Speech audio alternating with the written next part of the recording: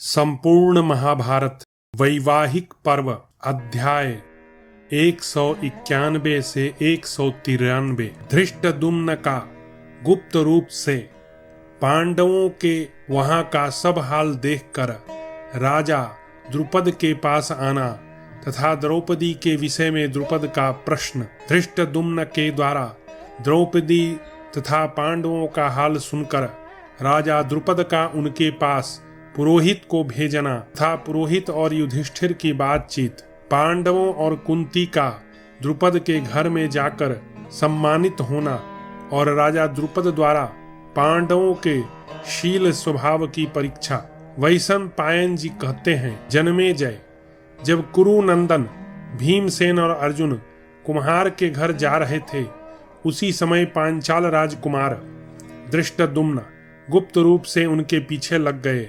उन्होंने चारों ओर अपने सेवकों को बैठा दिया और स्वयं भी अज्ञात रूप से कुम्हार के घर के पास छिपे रहे।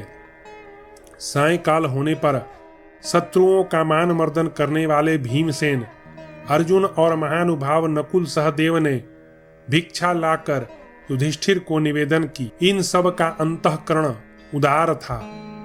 तब उदार हृदया कुंती ने उस समय द्रौपदी से कहा, भद्रे, तुम भोजन का प्रथम भाग लेकर उससे देवताओं को बलि अर्पण करो तथा ब्राह्मण को भिक्षा दो। अपने आसपास जो दूसरे मनुष्य आश्रित भाव से रहते हैं और भोजन चाहते हैं, उन्हें भी अन्न परोसो। तदनंतर जो शेष बच जाए उसके शीघ्र ही इस प्रकार विभाग करो, अन्न का आधा भाग एक के लिए रखो, फिर शेष के 6 भाग करके 4 भाइयों के लिए 4 भाग अलग अलग रख दो। उसके बाद मेरे लिए और अपने लिए भी एक एक भाग पृथक पृथक परोस दो। कल्याणी, ये जो गजराज के समान शरीर वाले हिष्ट पुष्ट गोरे युवक बैठे हैं, इनका नाम भीम है। इन्हें अन्न का आधा भाग दे दो। वीरवर भीम सदा से ही अधिक भोजन करने वाले हैं। सास की आज्ञा का पालन करने में ही अपना कल्याण मानती हुई साध्वी राजकुमारी द्रौपदी ने अत्यंत प्रसन्न होकर कुंती देवी ने जैसा कहा था वैसा ही किया। सबने उस अन्न का भोजन किया। तदनंतर वेगवान वीर माद्री कुमार सहदेव ने धरती पर कुश की सैया बिछा दी। फिर समस्त पांडव वीर अपने अपने मृग चर्म बिछाकर भूमिधर हो सोए। उन कुरुश्रेष्ठ पांडवों के सिर दक्षिण दिशा की ओर थे। कुंती उनके मस्तक की ओर, द्रौपदी पैरों की ओर पृथ्वी पर ही पांडवों के साथ सोई। मानो उन कुशासनों पर वह अपने पैरों की तकिया बन गई। वहां उस परिस्थिति में रहकर भी द्रौपदी के मन में तनिक भी दुख नहीं हुआ और उसने उन कुरुश्रेष्ठ वीरों का किंचित मात्र भी तिरस्कार नहीं किया। वे सूरवीर पांडव वहां सेनापतियों के योग्य अद्भुत कथाएं कहने लगे। उन्होंने नाना प्रकार के दिव्य अस्त्रों, रथों, हाथियों, तलवारों, गदाओं और फरसों के विषय में भी चर्चाएं की। उनकी कही हुई वे सभी बातें उस समय पांचाल राजकुमार धृष्टद्युम्न ने सुनी और उन सभी लोगों ने वहां सोई हुई द्रौपदी को भी देखा। तदनंतर राजकुमार धृष्टद्युम्न रात में पांडवों का इतिहास तथा उनकी कही हुई सारी बातें राजा द्रुपद को पूर्ण रूप से सुनाने के लिए बड़ी उतावली के साथ राजभवन में गए। पांचाल राजकुमार द्रुपद पांडवों का पता न पाने के कारण खिन्न थे। धृष्टद्युम्न के आने पर महात्मा द्रुपद ने उनसे पूछा, बेटा, मेरी पुत्री कृष्णा कहाँ गई? कौन उसे ले गया?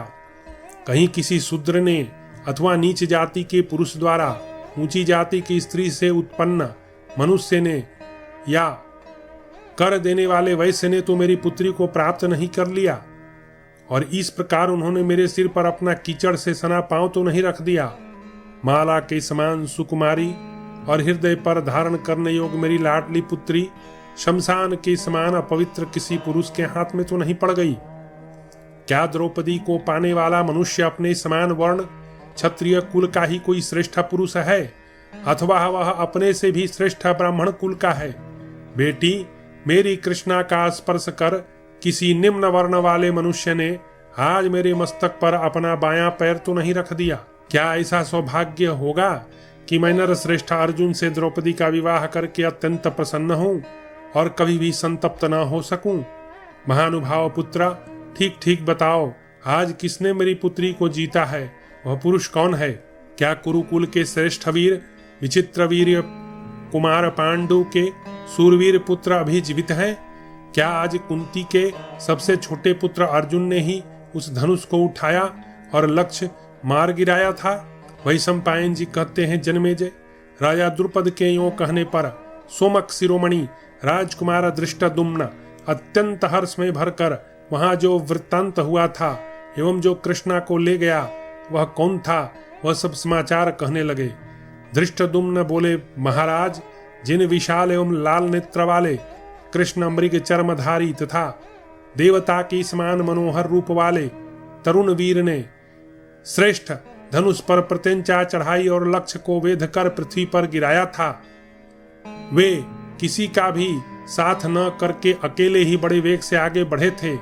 उस समय बहुत से श्रेष्ठ ब्राह्मण उन्हें घेरे हुए थे और उनकी भूरी भूरी प्रशंसा कर रहे थे। संपूर्ण देवताओं तथा ऋषियों से सेवित देवराज इंद्र जैसे दैत्यों की सेना के भीतर निशंक होकर विचरते हैं, उसी प्रकार वे नवयुवक वीर निर्भीक होकर राजाओं के बीच से निकले।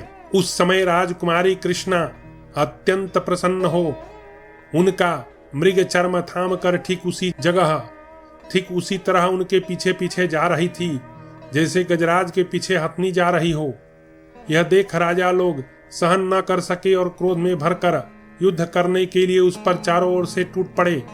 तब एक दूसरा वीर बहुत बड़े वृक्ष को उखाड़ कर राजाओं की उस मंडली में कूद पड़ा और जैसे कोप से भरे हुए यमराज समस्त प्राणियों का संहार करते हैं, उसी प्रकार वह उन नरेशों को मानो काल के गाल में भेजने लगा।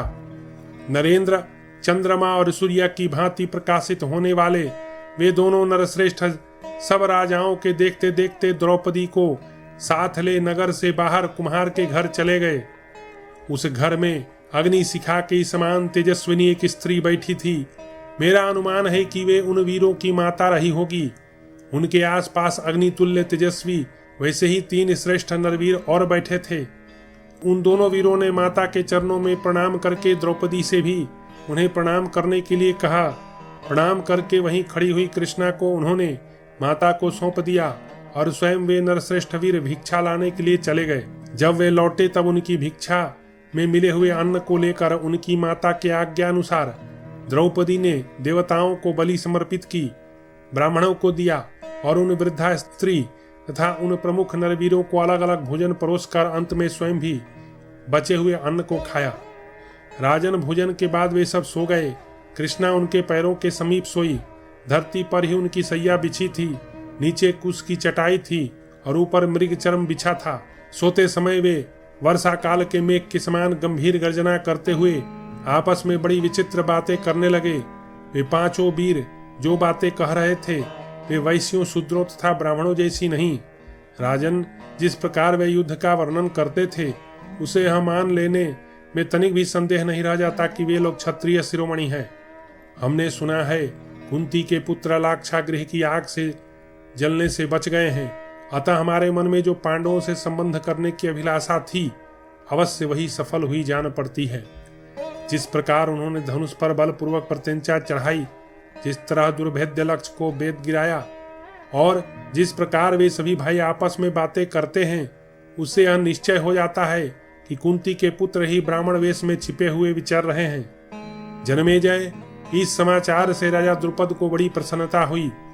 उन्होंने उसी समय उनके पास अपने पुरोहित को भेजते हुए कहा, आप उन लोगों से कहिएगा कि मैं आप लोगों का परिचय जानना चाहता हूँ। क्या आप लोग महात्मा पांडु के पुत्र हैं? राजा का अनुरोध मानकर पुरोहित जी गए और उन सबकी प्रशंसा करके राजा द्रुपद के वचनों को ठीक ठीक एक के बाद एक करके क्रमशः कहने लगे। वरदान के योग्य वीर पुरुषों, वर देने में समर्थ पांचाल देश के राजा द्रुपद आप लोगों का परिचय जानना चाहते हैं। इन वीर पुरुषों को लक्ष्य वेद करते देखकर उन्हें हर्ष की सीमा नहीं रह गई है। आप लोग अपनी जाति और कुल आदि का यथावत वर्णन करें, शत्रुओं के माथे पर पैर रखें और मेरे तथा अनुचरों सहित पांचाल राज के हृदय को आनंद प्रदान करें। महाराज पांडु राजा द्रुपद के आत्मा के समान प्रिय मित्र थे, इसलिए उनकी यह अभिलाषा थी कि मैं अपनी उस पुत्री का विवाह पांडु कुमार से करूं, इसे राजा पांडु को पुत्र वधू के रूप में समर्पित करूं।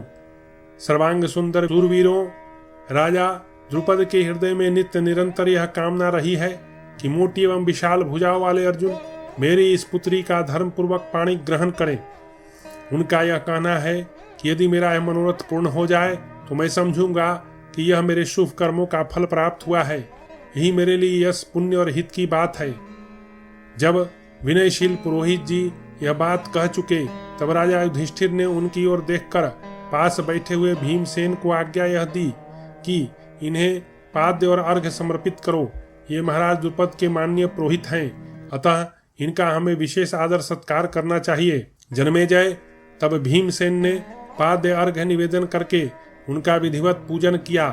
उनकी दी हुई पूजा को प्रसन्नता पूर्वक ग्रहण करके पुरोहित जी जब बड़े सुख से आसन पर बैठ गए तब राजा युधिष्ठिर ने उन ब्राह्मण देवता से इस प्रकार कहा, ब्राह्मण, पांचाल राज द्रुपद ने यह कन्या अपनी इच्छा से नहीं दी है। उन्होंने अपने धर्म के अनुसार लक्ष्य वेद की शर्त करके अपनी कन्या देने का निश्चय किया था। उस वीर पुरुष ने उसी शर्त को पूर्ण करके यह कन्या प्राप्त की है। राजा ने वहां वर्णशील, कुल और गोत्र के विषय में कोई अभिप्राय नहीं व्यक्त किया था। धनुष पर प्रत्यंचा चढ़ाकर लक्ष्य वेद कर देने पर ही कन्यादान की घोषणा की थी। इस महात्मा वीर ने इसी घोषणा के अनुसार राजाओं की मंडली में राजकुमारी कृष्णा पर विजय पाई है। ऐसी दशा में सुमक वंशी राजा द्रुपद को अब सुख का अभाव करने वाला संताप नहीं करना चाहिए। ब्राह्मण, राजा द्रुपद की जो पहले की अभिलाषा है वह भी पूरी होगी। इस राजकन्या को हम सर्वथा ग्रहण करने योग्य एवं उत्तम मानते हैं। कोई बलहीन पुरुष उस विशाल धनुष पर प्रत्यंचा नहीं चढ़ा सकता था जिसने अस्त्र विद्या की पूर्ण शिक्षा न पाई हो। ऐसे पुरुष के अथवा किसी नीच कुल के मनुष्य के लिए भी उस लक्ष्य को गिराना असंभव था। अतः पांचाल राज को अब अपनी पुत्री के लिए पश्चाताप करना उचित नहीं है। इस पृथ्वी पर उस वीर के सिवा ऐसा कोई मनुष्य नहीं है जो उस लक्ष्य को वेध सके। राजा युधिष्ठिर यूं कह ही रहे थे कि पांचाल राज द्रुपद के पास से एक दूसरा मनुष्य यह समाचार देने के लिए शीघ्रता पूर्वक आया कि राजभवन में आप लोगों के लिए भोजन तैयार है। दूत बोला, महाराज द्रुपद ने विवाह के निमित्त बारातियों को जिमाने के लिए उत्तम भोजन सामग्री तैयार कराई है, अतः आप लोग संपूर्ण दैनिक कार्यों से निवृत्त हो उसे पाएं। राजकुमारी कृष्णा को भी विवाह विधि से वहीं प्राप्त करें, इसमें विलंब नहीं करना चाहिए। ये सुवर्णमय कमलों से सुशोभित तथा राजाओं की सवारी के योग्य विचित्र रथ खड़े हैं, उनमें उत्तम घोड़े जुते हैं। इन पर सवार हो आप सब लोग महाराज द्रुपद के महल में पधारें। वैशंपायन जी कहते हैं, जन्मेजय, वहां वे सभी कुरुश्रेष्ठ पांडव पुरोहित जी को विदा करके उन विशाल रथों पर आरूढ़ हो राजभवन की ओर चले। उस समय कुंती और कृष्णा एक साथ एक ही सवारी पर बैठी हुई थी।